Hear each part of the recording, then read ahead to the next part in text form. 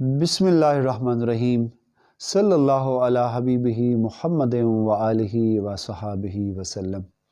عزیز دوستو، ذکر الہی کی فضیلت سے ایک حدیث شریف ہے۔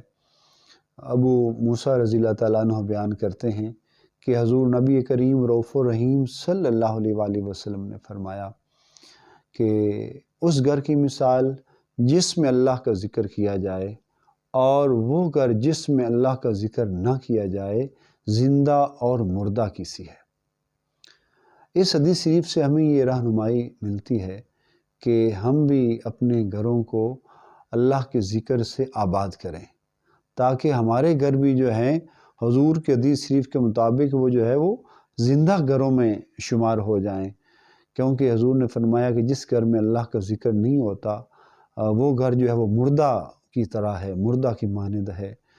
تو ہم اپنے گھروں کو آباد کریں، اللہ کے ذکر سے آباد کریں۔ ہمارے گھروں کے اندر جو ہے باقی سارے معاملات ہوتے ہیں، لیکن کچھ وقت کے لیے اللہ کا ذکر گھروں میں ضرور کر لیا جائے، چاہے چند منٹوں کے لیے کر لیا جائے، تاکہ ہمارے گھروں میں اللہ تعالیٰ کی رحمتوں اور برکتوں کا نزول ہو، کیونکہ جہاں پہ ذکر الہی ہوتا ہے وہاں پر اللہ تعالیٰ کی رحمتوں اور برکتوں کا نزول ہوتا ہے۔ اور جس گھر میں اللہ کا ذکر ہوتا ہے تو حضور صلی اللہ علیہ وآلہ وسلم نے ارشاد فرمایا کہ وہ گھر جو ہے وہ زندہ گھر ہے۔ تو اللہ تعالیٰ ہمارے گھروں کو اپنے ذکر سے آباد فرمائے۔ اللہ تعالیٰ ہمیں ذکر و فکر کے اوپر استقامت نصیب فرمائے۔